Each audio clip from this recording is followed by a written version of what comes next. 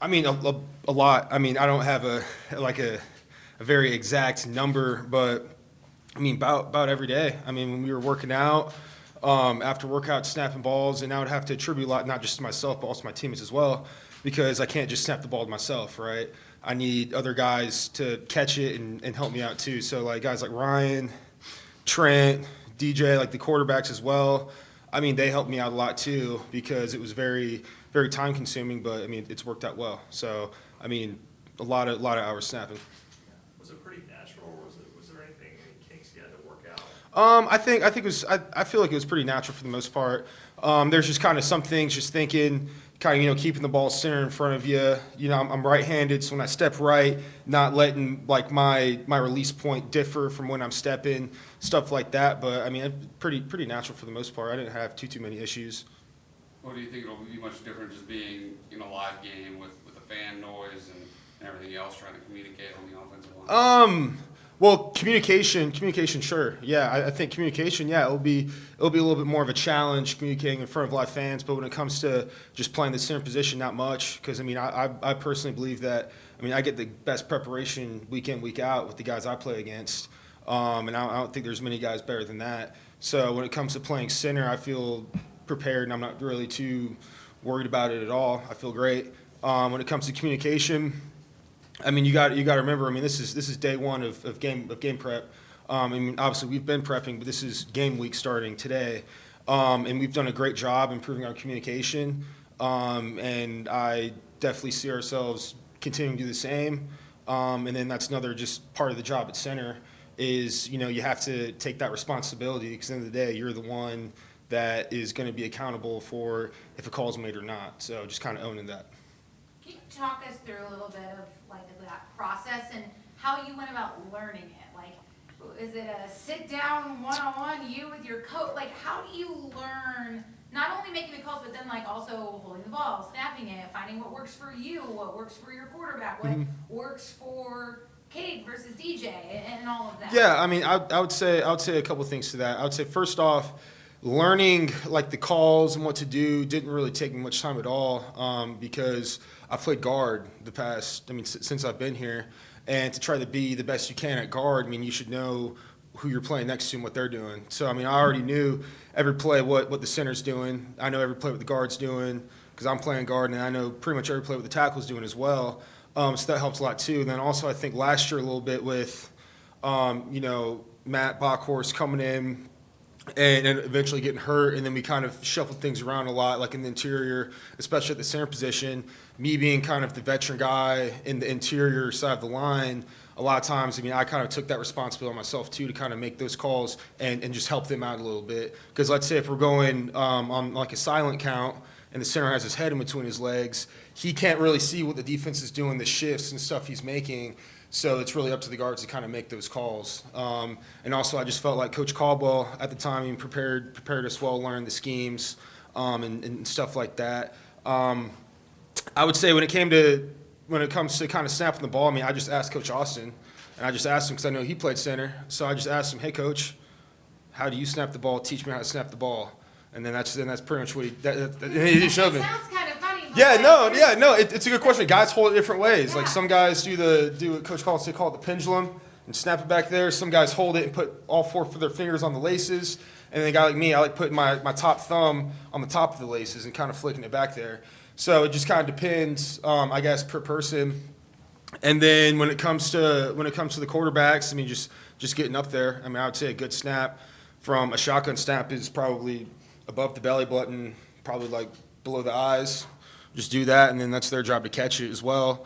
And then if we're going under center, just getting that thing back there, hitting their hands, and it's their job to grab it and do the rest with it. So you played beside Walker quite a bit last year, right? When you were at guard, it's nice having him moving to guard, and he's still beside you. You still maintain that kind of chemistry. I think it's very good getting that chemistry and that synergy. Kind of like what I was saying earlier. If let's say it is a very crazy game environment, and it's very loud, and the center has to put his head between his legs to get the calls and stuff like that. I mean, I'm going to rely on Walker to kind of, I guess for that time being, take over making the calls and points and stuff like that as well. And I think he's excited. I think he's excited to kind of move in.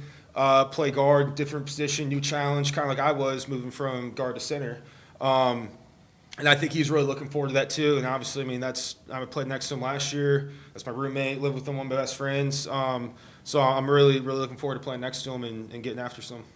What's it feel like preparing for this game? You guys kind of almost feels like from the outside, you guys have some different things to prove and some things to unveil. What's it feel like inside that locker room as you look at this Monday? Yeah, I would say this Monday it's almost a sense of refreshment in a way, because if you think about it, ever since we played Iowa State, we've only been playing like physically against Clemson. Like I've only gone against the defense, and I think it's also very, very unifying in a way too. In the locker room, I mean, we've always been a team, but during camp, obviously we're just banging heads each and every day against each other, and almost in a way it kind of forms that like that's the other team, you know. When now it's truly unifying thing is like, hey, you know, let's go guys, you know, let's get it together. And I think it's just very exciting as well. I think guys are really excited, as I am, for this Monday, truly starting the season, getting into game week, you know, mental Monday, it's no good Tuesday, working man Wednesday, all that stuff, and building up to what's going to be a great game that everyone's looking forward to. We've seen Blake Miller starting at right tackle. What have you seen from him in terms of his growth from the spring to the summer till now? Yeah, I mean, I think he's just more comfortable. Because in order to play fast, you need to know the plays and you need to know what to do. And he's definitely more comfortable in our offense, in our schemes, learn those little idiosyncrasies on certain plays and kind of the differences in that. And I think he's just become more confident as well. The more time he's been able to practice, and like I said earlier, against our defense, which is really good, the more time he's been able to practice against them, I think the more confident he's been. And to play good, you have to be confident in your ability. And I think at first, which was the same for me being a freshman, especially mid-year, because, I mean, you should be in high school, it can be a little bit daunting in a way, coming right to college, especially a place like Clemson. But I think he's just gotten more comfortable and just more confident in his ability. At the beginning of the spring, Davo, I think, notably mentioned we would be interested in potentially getting a transfer to help the offensive line. Did you guys take that as a challenge at all? And does it feel like you guys accomplished something, the fact that there's no new guy sitting in here now that came in from the portal? Yeah, I would say in a way. I mean, I think so, but I mean, in the same time, with the, you know, talking about transfer portal or not, I think we always feel challenged up front. I think we didn't really even necessarily need that from Coach Sweeney to say for us to feel challenged, because in our eyes, the offense kind of runs through us up front. Because for us to, you know, pass the ball well, we have to block well. For us to run the ball well, we have to block well. To really, truly grow an offense and a team, I believe the O-line needs to be that center unit. They need to kind of be on the forefront of the culture of team, you know, unity and stuff like that. But I mean, we definitely had a challenge coming into this offseason, and right now I feel like we're at a good spot. I mean, I'm not saying that we're satisfied or by any means, but I mean, we're just, like I said, we're definitely excited to go in the season. I mean, I thought we did well throughout camp. Like I said, we're playing against one of the best defenses in the country, and we did well. We did well during our scrimmages. When it was time to compete, we competed, and that's what I always say is, like, yes, we are lucky to go against the defense that we have, but I really feel like this year they're also lucky to go against the O-line that we have as well, because we've truly made strides. Well, how do you think that all the guys on the offense feel about all the blame that DJ took last year? Yeah, I mean, I think first and foremost, it's just kind of part of the quarterback position. I mean, it's just, you know, they're going to get, something goes wrong, they're going to get all the blame. Something's go right, they're going to get all the glory. But I mean, us as a team, we never blamed him for anything, because as a team, everyone has to take ownership and accountability for all of our success and all of our failures. It has to be unconditional. And yeah, I mean, and some of it, it's not fair. It's not fair to DJ, because, like, passes, for example, it's not always on the quarterback. It can be on the wide receiver running the wrong route. It can be on us up front for not having the best protection that we could have had, you know. And then sometimes he just might make a mistake, which we all make mistakes. But yeah, I think that's something that we're also rallying around this year a little bit more, because I mean, he's a great player. He's a great teammate. We love him, and we want him to do well. And I think that's also another thing up front that that we've kind of taken as a challenge upon ourselves is to do what we can to put him in the best opportunity for him to make the most plays. Did you ever see a change in his demeanor, maybe after Georgia or at any point last year? Well, I mean, I'll be honest with you. I mean, during the games, I never really see him because during the games, I'm blocking the whole time. Yeah, like if I'm turning back and I'm looking at DJ and how his pocket presence, I mean, it's yeah, I'm in trouble and he's probably in trouble too. So I mean, it's hard for me to really say, like comment on quarterback play because even in practice, I mean, I'm never really watching him. I just see it as the wideout catcher. Does he not catch it? And at the same time, who knows? Was that the correct route? I don't know necessarily our routes and our pass schemes as well. I just know our job up front is to block the best we can. But I mean, he's always been poised. I mean, he never lost his cool once. His body language was always great. He didn't really show any weakness or any sign of disappointment through his body language, and that's what I can see. And yeah, I mean, I'm proud of him. He's definitely come a long way. I mean, you can tell just looking at him. He's lost some weight. He's looking great, and I know he's excited too. So I'm going to be looking forward to seeing him Monday night. Coach Sweeney has talked about DJ as being an unquestioned leader on the team. Is it because he didn't point fingers and things like that you guys see him in that, or like is it something else? Yeah. I mean, I would say so, and also I think one of the most powerful leaders are the ones that lead by example. And good leaders make others believe in them, but great leaders make others believe in themselves. And I think that's what DJ does. He makes others kind of believe in themselves, kind of going back to his body language, which is huge, because those nonverbal cues are one of the biggest things that you really see, especially being up front. Because like I said, I'm not watching him play in the backfield. I'm just seeing more so how it is off the field. And he's always carried himself really well. And yeah, always carried himself really well. In the summer, always encouraging guys to be better. He makes me want to be better. He makes other guys want to be better. Yeah. A little bit of the transfer portal. How much pride do you guys take in the fact that Coach Sweeney doesn't take transfers? I mean, other than Hunter Johnson, who was obviously here before, but so many schools have taken like 15, 20 guys from the transfer portal. Alabama's even doing it. Is there more of a sense of a brotherhood, just the fact that y'all have been in this culture since you all were freshmen? Yeah, 100%. I mean, I would say, Coach told me that during recruiting, and during recruiting, that was a big reason also why I came here, because I felt like, hey, if I'm here and I put the work in, for me at least, I didn't feel like it was right to bring someone over top of me when I've been working here and grinding where I could.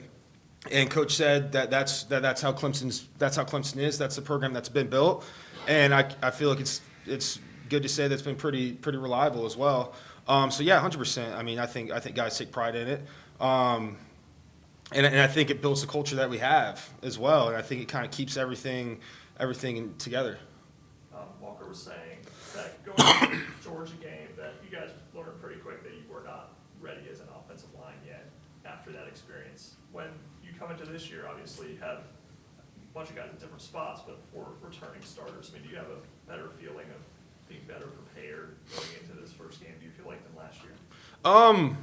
Yeah, I mean, I'll be honest. I felt prepared going to the Georgia game too. I mean, I've never hopped in a game feeling unprepared. For me personally, I mean, obviously now sometimes it might not end up being how you want it to be, but I mean, between going into this game versus going into Georgia, I mean, for me personally, I don't really feel any different prepared. I felt really prepared going into that game, and you know what? I didn't play as good as I could have, and that's what happened.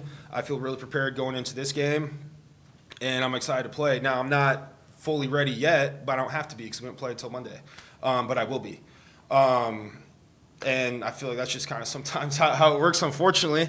And I mean, I treat every opponent the same too. I think anyone who's willing to be your opponent should be respected.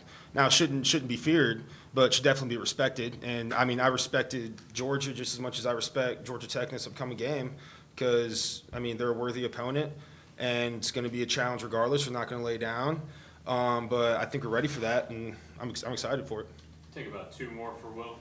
Were you, speaking of that Georgia defensive front that you faced, comparing them to the guys you've been beaten up with in practice the last few weeks, how do you think this defensive front compares to the one that just won a national title?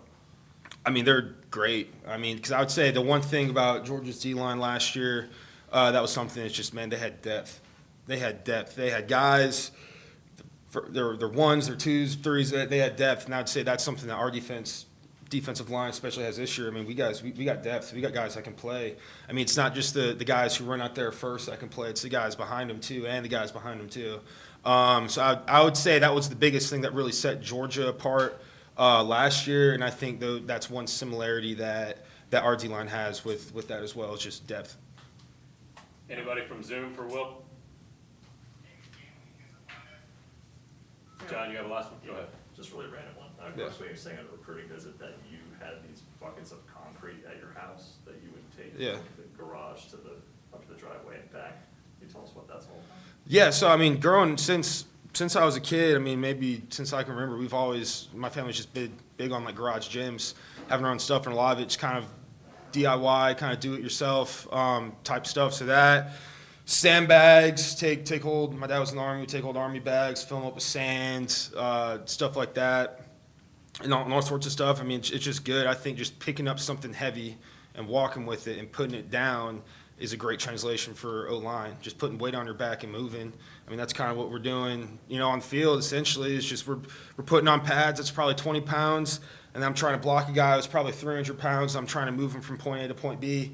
So I think kind of training like that does really well. I mean, I've even built some sandbags and have them at my house here in Clemson, in my garage, and I like throwing them around and stuff too. And I think it's just good. It's just good conditioning as well. Kind of doing that, I guess, kind of tactical strength, functional strength. It gets you stronger. It's good conditioning. It's just tough. And I think it builds you up mentally too. All right, thanks, Will. Thanks, Will. Yep. Thank you guys. Y'all hang here, last one